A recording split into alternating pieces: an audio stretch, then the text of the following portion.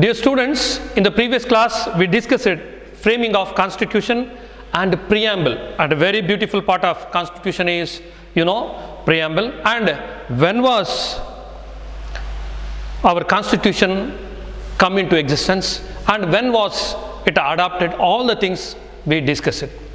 And even I gave a small suggestion how to keep preamble in our mind, means that is called symbolic study. I went to Sri Satya Sai Hospital to meet Dr. Jalef. See, in that sentence, in that whole sentence, we can keep preamble. Social, secular, sovereign, social, secular, democratic, republic, and Jalef, Dr. Jalef, J, justice, economic justice, and liberty, equality, and fraternity. These were discussed in the previous class. Dear students, now let us discuss the words which are included in preamble. We, sovereign, socialist, secular, and then democratic republic. Let's discuss in brief. There is a word we. There is a word we. What does it mean? What does it mean? We the Indian citizens. See, we means the Indian citizens. We means it is not our family, it is not our community, it is not our religious group, it is not our state, or it is not our region. We mean Indian citizens. The preamble of Constitution begins with the word we. We the people of India. The Indian Constitution is framed by the Indians. What does it mean? Here we means Indian Constitution is framed by the Indians. Then it strives to fulfill the dreams of Indians. See, the preamble begins with the word we the people of India. We the people of India. It is, the Indian Constitution is framed by the Indians and it strives to fulfill the dreams, accomplish the dreams of the people of India. See, this is called inclusiveness. If you go 300 and 400 years, why that French Revolution occurred? See, there was no place for inclusiveness. There was struggle between rich and poor, have and have-nots. But Indian preamble stresses the idea that we means Indian citizens. Second point is sovereign. Sovereign. The second word is sovereign. India is a sovereign country and it is not under the control of any other country, and it is not under the control of any super powers. If you go back, means before 1947, India was under the control of British, Portuguese, French and Dutch. But after 1947, we declared ourselves as we are independent. We are not under the control of any country. We are not colony of any country. We are not subordinates of any country. We are independent. Indians are 100% independent. That is after 1947. Here, and even India has its own foreign policy. Here sovereign means we have our own foreign policy, and that non-alignment policy. Non-alignment policy. Non-alignment policy, sorry. Non-alignment policy. We are not aligned with any power blocks. See, non-alignment policy, by implementing which the country has achieved internal and external autonomy. See, sovereign means here, it is not part of any bloc. Any bloc means before, see, 1990 or during the Cold War era, there was two power blocks. One is headed by Russia and another one is headed by USA. USA was a democratic front and Russia was red bloc, a communist front. See, polarization, you know that there were two poles. There was two poles. One is headed by USSR and another one is headed by USA. But we did not ally USA or USSR. We have adopted non-alignment policy, by implementing which India has achieved internal and external autonomy. What do you mean by autonomy here? See, India has achieved autonomy. In Kannada, it is called Swayatate. It means the right or condition of self-government. What? What does it mean? The right or condition of self-government, autonomy. We have achieved internal and external autonomy. This is the second point. And third point, that is socialist. Socialist means you don't think India is a communist country. We have borrowed good ideas and essence and essential things from even socialist principles. See, even there are so many good things in socialist philosophy or socialist principles. But we adopted some good points from the socialist also. That is why here we stressed the socialist. The goal of our constitution is to create social equality. There should not be any disparities between the people. Social equality is also very, very important. Liberty means equality, economic equality, social equality, political equality. Liberty means political liberty, social liberty, economic liberty. See, these are all the factors included in the socialist ideas. Here, the goal of our constitution is to create social equality and to promote welfare. See, the present government is not a police government, it is welfare government. Means it is striving for the well-being of the people. Well-being means he may be handicapped, physically challenged, or poor, or rich. Here, considering each and everyone, and uplifting the people, those who are downtrodden. This is the factor and essence of welfare concept, and promote welfare of all the people in our country. Why? To enable this, to enable welfare concept, to enable our goal of our constitution, and is to create social equality. We have adopted directive principles of state policy have been incorporated in the constitution through 42nd amendment. See, in the 42nd amendment, we adopted directive policy, directive principles of state policy.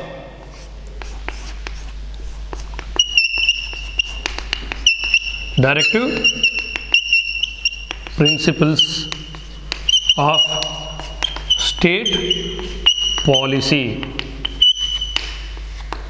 See, through 42nd amendment, we adopted directive principles of the state policy. When? In 1976. Through this amendment, land reforms and other progressive other progressive economic reforms were introduced. This is all about social concept. Then, another one is secular.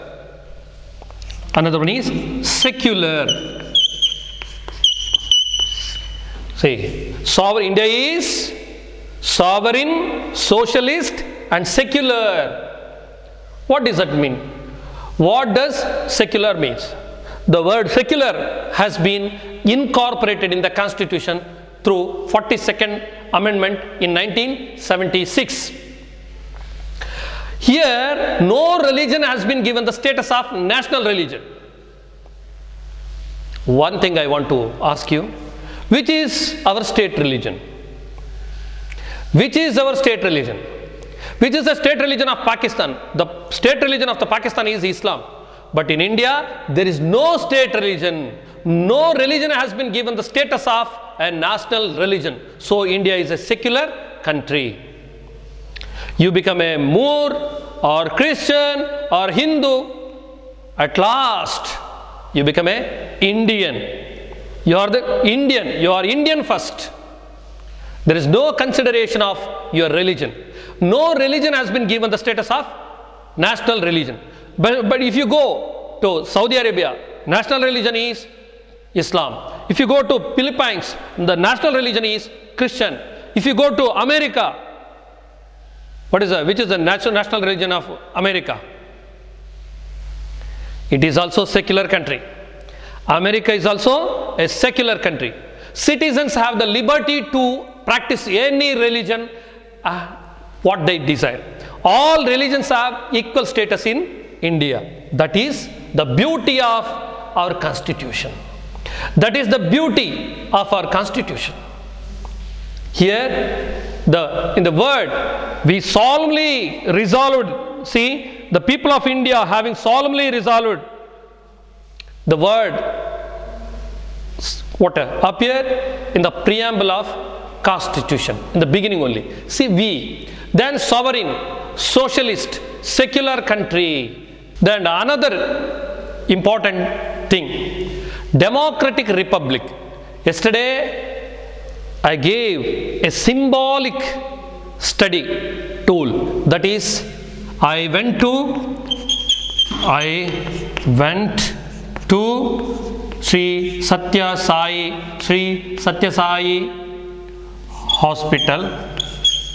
hospital to meet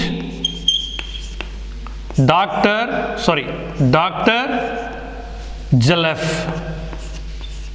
Jalaf.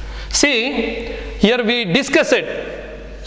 Sovereign, secular, socialist, democratic republic. Now we are discussing this one. DR, democratic republic. Yes, the securing the happiness of everyone is the responsibility of a government in a democracy. What? The securing a happiness of everyone, each individual, is the responsibility of a government in a democracy. That is the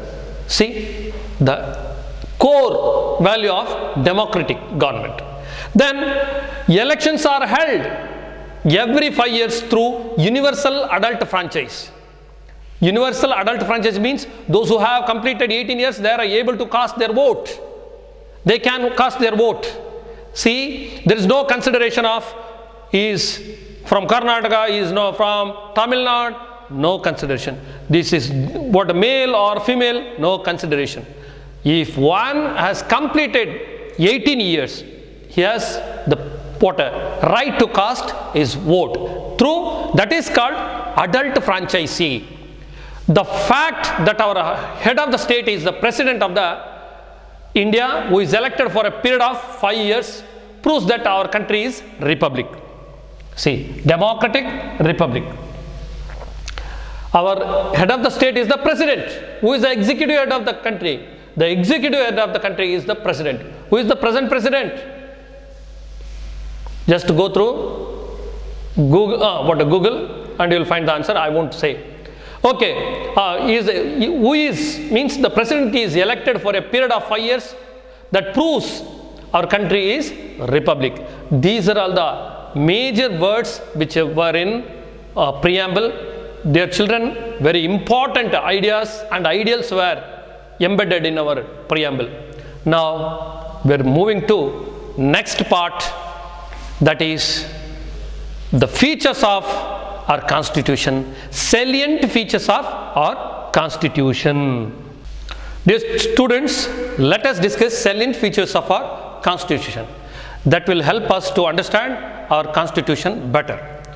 First of all, our constitution is written and lengthy constitution. Already yesterday I told it is elephantine constitution, lengthiest constitution, gigantic constitution.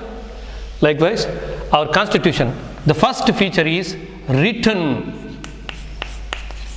Are you wondering, oh, is there any constitution, unwritten constitution? Yes, even we can see unwritten constitution also, but Indian constitution is written and lengthy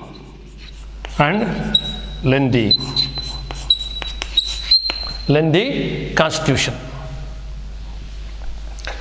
See, the power here, our constitution is in written form, then powers, the functions of the organs of the government like legislature, executive, judiciary have been clearly explained, clearly delineated in the constitution. Each and everything clearly expressed in written form. That is why our constitution, we can say what a written constitution, and it is clearly explained. The powers and functions of the organs of the government like legislature, executive, judiciary have been delineated, explained in the constitution. Second point is fundamental rights. Fundamental rights and duties.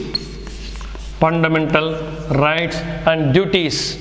Then directive principles of state policy are all in the written form. Here you know that fundamental rights, that is also given and that is clearly mentioned. It is in written form. Then fundamental duties, then directive principles of the state policy, etc. are all in the written form. Originally, our constitution consisted of 22 chapters, 8 schedules and 395 articles. Later, after many amendments, it has become a lengthy constitution with the 25 chapters, 12 schedules and 465 articles. That is why we can say lengthy constitution. Now you come to know our constitution is written as well as lengthy constitution. How can you say lengthy constitution? How can you say Indian constitution is lengthy? We can say originally our constitution consisted of 22 chapters, 8 schedules and 395 articles. Later, after many amendments, it has become lengthy constitution with the 25 chapters, 12 schedules and 465 articles. Now you can say Indian constitution is lengthy. Okay, the second point is partially flexible. Partially flexible and partially rigid. And partially rigid constitution. Indian constitution is partially flexible and partially rigid. What is this? Is it rubber band to say flexible? In what sense we are telling it is flexible? Can we pull it? What is rigid? Is it hard like diamond? In what sense they are telling rigid? The constitution which can be easily amended is called flexible constitution. What do you mean by flexible constitution? The constitution which can be easily amended is called flexible or simple constitution. See, is it necessary amending the constitution? Yes. Yes. Why? See, if you go back around 1947 or 1949, 1950, there was no cyber crimes. Cyber crime is new. In course of time, there was no cyber related articles and acts. But new crime entered to the society. that is cyber crime. Now it is necessary to amend the constitution and to find solution for cyber crime. Here we can feel that amendment is necessary. Indian constitution is flexible in that sense and even simple. Then constitution that have special procedures for amendment are called rigid or complicated. Our constitution is neither too flexible nor too rigid. See what a wonderful constitution we have given. We have given very nice constitution. Indian constitution is such a crystal clear constitution and lengthy constitution. Everything delineated clearly. And now you come to know Indian constitution is flexible as well as rigid. Some constitution is rigid or some constitution are rigid. You cannot amend. You need some complicated procedures to amend. Next, another point is parliamentary form of government. What? Parliamentary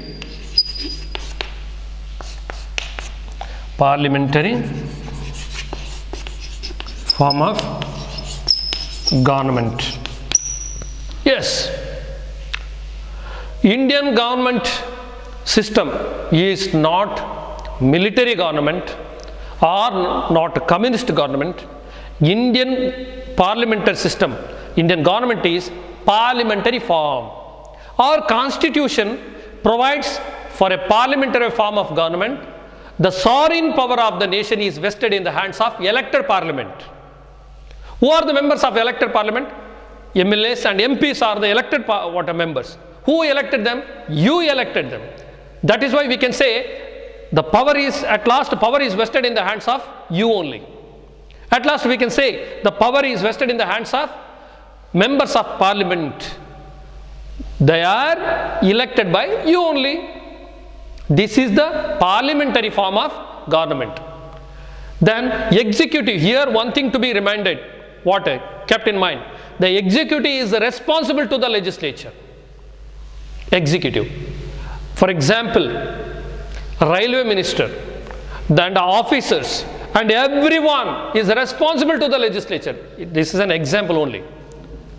Legislature at the center, here the executive is responsible to the legislature at the central and state levels. Then cabinet shall be in power.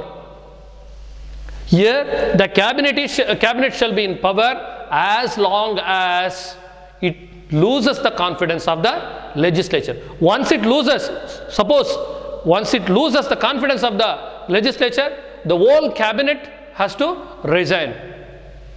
See, this is the parliamentary. Once, you see, if a king commit mistakes, nobody will ask him. He continues forever. After him, his son will come to the throne. But here, if cabinet loses the confidence of the legislature, they have to resign. See, what a beautiful options and opportunities for us. Next point is republican system.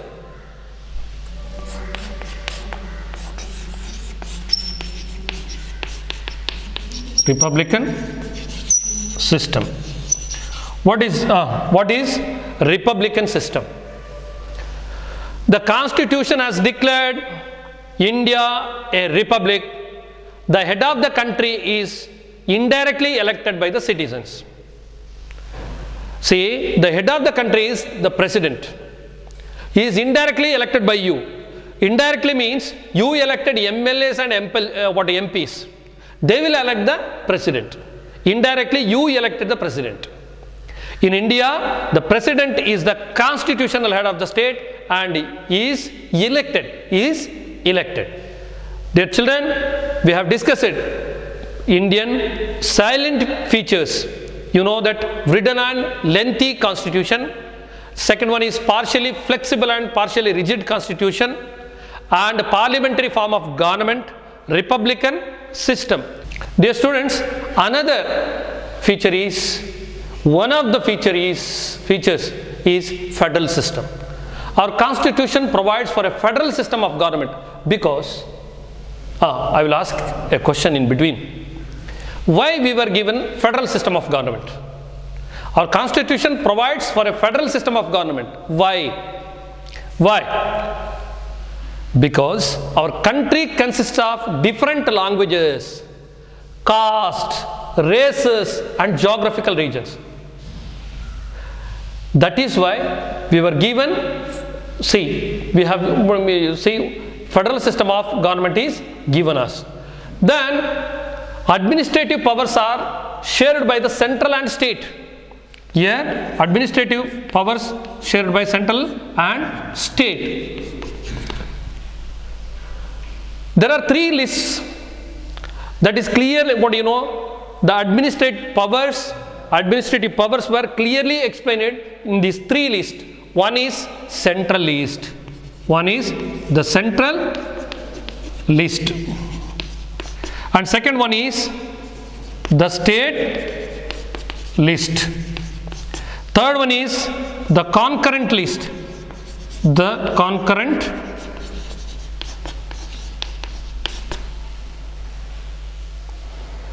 from central list, central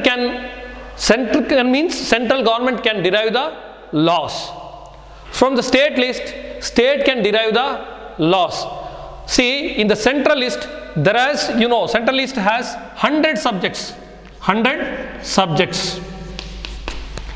In the state list, there are 61 subjects. In the concurrent list, there are 52 subjects. 52 subjects. State can derive the laws from the state list. Here, both can derive the laws from the concurrent list.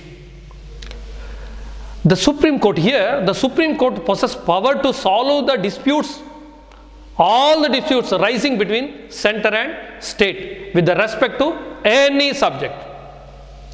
This is federal system of government. Dear students, today we have discussed the subjects like, matters like India is sovereign, socialist, secular, democratic republic, and some features of written and lengthy constitution, and partially flexible and partially rigid constitution, then parliamentary form of the government and republican system were discussed.